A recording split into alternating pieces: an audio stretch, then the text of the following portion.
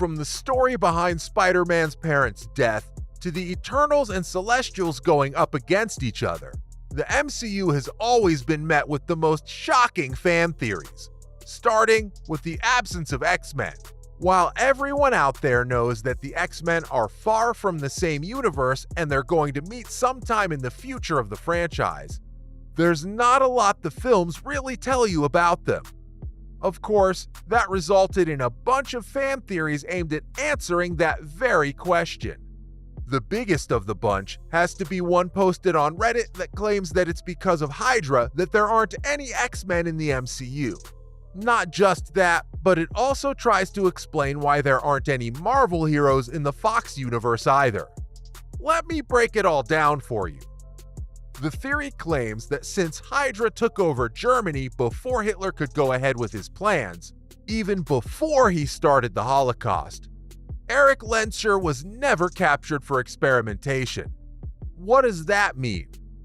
Well, it means that while there are still mutants in the MCU, such as you've seen in Agents of S.H.I.E.L.D., they're all in hiding, mainly because Magneto never realized his true powers and didn't even come across Charles Xavier, ultimately meaning that the X-Men were never officially formed in that timeline.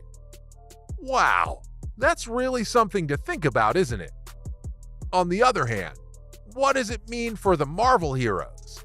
Since Hydra never really rose to power in the Fox universe, it means that the US government had no reason to make S.H.I.E.L.D., which also means that Captain America never existed, and that Howard Stark never got his hands on any rare alien technology.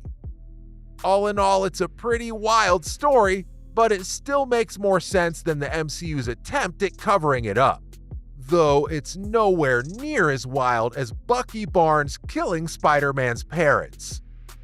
When the character was introduced for the second time in Captain America: Civil War, there are a lot of things that you find out about him. The biggest of the bunch is that he was the person behind the murder of Tony Stark's parents. Not just that, Bucky has committed some truly heinous crimes while he was brainwashed and controlled by Zola. But is there something else that the fans don't know about? There might just be. Many fans out there think that Stark might not have been the only hero Bucky might have wronged in the past. A lot of fans out there believe with their entire heart that Parker's parents may have worked for S.H.I.E.L.D. or a similar organization, and that resulted in them getting assassinated by the ex-villain. So why exactly are fans so adamant about this theory? I mean, it doesn't have a lot to show for itself, other than the fact that the trigger word used to control the soldier was none other than homecoming. Sounds familiar? To jog your memory, it's the same name as the first Tom Holland Spider-Man film. So is there a connection between the two? Or do fans just love looking for such coincidences? And is that the case with Loki and WandaVision being connected too? While generally most fans agree that Loki is set before the events of WandaVision, there's a lot that they fail to consider. The biggest of the bunch has to be the fact that everything the TVA uses, especially the technology, is all Kang's. Or He Who Remains, if you want to be dramatic about it. The TVA is supposed to stop Nexus events from happening, and Wanda makes one of the biggest such events ever, thus making her a little too overpowered for the TVA to handle all by themselves. This is where things get really interesting, or at least the theory does. Fans think that since Kang knows everything that has and will happen in time, making him able to wriggle his way out of certain situations, he knows that if the Scarlet Witch is left by herself for too long with so much power, then she will take him down. So how does he plan on fixing that problem? Well, he could be the reason why Sylvie wants to set a bunch of different variants free, since one of them is bound to take care of Wanda for him, and no matter in what instance of the universe he wins, ultimately he would be the winner, and that's all that matters to him.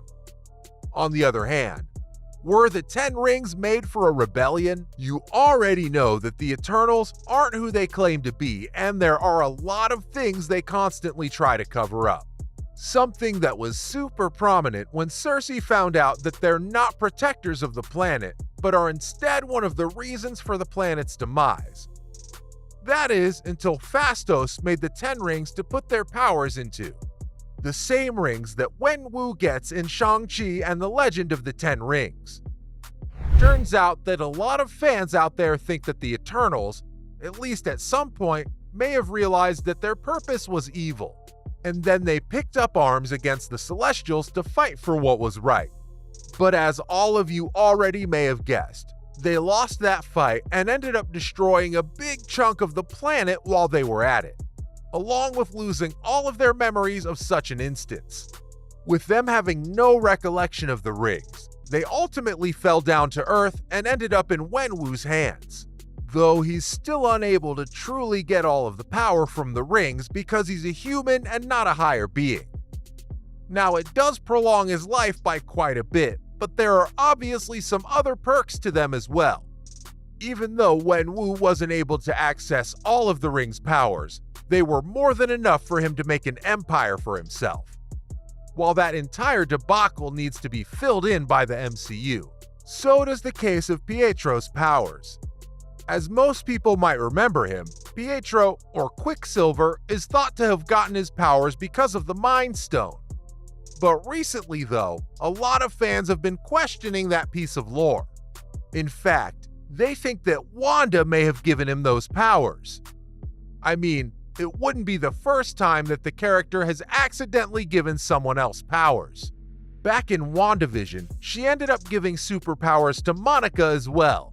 So it's a known fact that she has the ability to do so. She just isn't fully in control of it yet. But that does bring up an interesting point.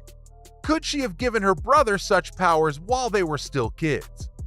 That too, without ever realizing it. Just like how you never realized that the Avengers' involvement in Age of Ultron was covered up. You heard that right. How else could they possibly be able to get away after destroying an entire country? Not even Tony Stark, the very same person that made a weapon so dangerous it could destroy entire countries in the blink of an eye, it was ultimately left untouched after the film. Not just that, but they could have gone so far as to make a fake story about who the villain really was. In fact, if anyone did get any kind of blame for it, it was Zemo. But I have to say he was blamed for it for all the wrong reasons.